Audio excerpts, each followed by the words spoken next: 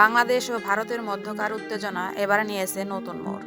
দুই দেশের মধ্যে চলমান রাজনৈতিক ও ধর্মীয় উত্তেজনার প্রভাব এবার পড়তে যাচ্ছে ব্যবসায়িক খাতে।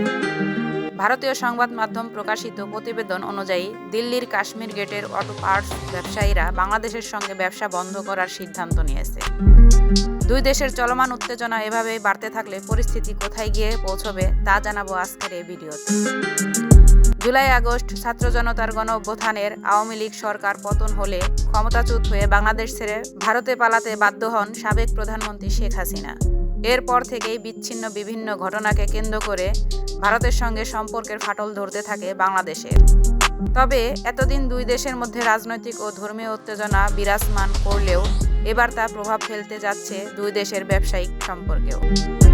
বাংলাদেশকে তথাকথিত হিন্দু নির্যাতন ও মন্দির ভাঙার জন্য দায়ী করে শাস্তি দেওয়ার পন্থা হিসেবে দিল্লির কাশ্মীর গেটের অটো পার্টস ব্যবসায়ীরা নিয়েছেন জোট পরিকল্পনা, যেখানে ভারত থেকে বাংলাদেশের গাড়ির বিভিন্ন যন্ত্রাংশ রপ্তানি না করার সিদ্ধান্ত নিয়েছে দিল্লির ব্যবসায়ীরা। उसने तुरंत ही फैसला लिया कि हम लोग व्यापार बांग्लादेश से बंद कर देंगे। দিল্লিতে অবস্থিত অটোমোটিভ পার্টস মার্চেন্ট অ্যাসোসিয়েশন জানিয়েছে, তাদের অ্যাসোসিয়েশনের আওতায় প্রায় 20,000 দোকান রয়েছে, যার মধ্যে 2,000 দোকান সরাসরি বাংলাদেশের সাথে ব্যবসা করে আসছে।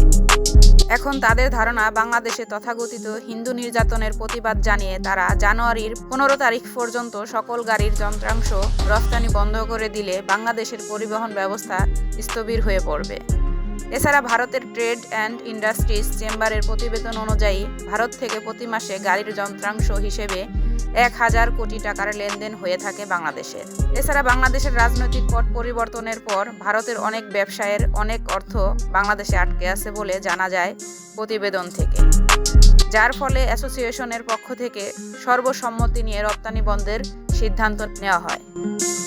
গণ অভ্যুত্থানের পর থেকেই বাংলাদেশকে নিয়ে বেশ উদ্বেগ ভারতের। এছাড়া ভারতীয় মিডিয়ার প্রচারিত মিথ্যাচার তো আছেই। এমন অবস্থায় ব্যবসায়িক খাতেও ভারতের এমন কঠোর সিদ্ধান্তের কঠিন জবাব দেওয়া উচিত বলে মনে করছেন নেটিজেনরা।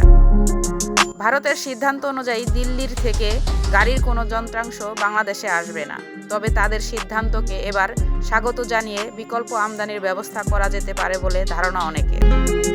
এছাড়া ভারতের প্রকাশিত প্রতিবেদন অনুযায়ী বাংলাদেশ ভারতের অটোমোটিভ পার্টসের জন্য একটি বড় বাজার।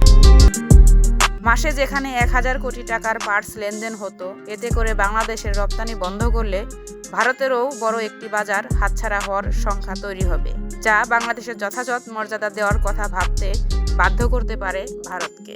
প্রিয় দর্শক, আজ এ পর্যন্তই। দেখা হচ্ছে পরবর্তী ভিডিওতে। ততক্ষণ পর্যন্ত মহান আল্লাহ তাআলা সবাইকে ভালো রাখুক, সুস্থ রাখুক। আল্লাহ হাফেজ।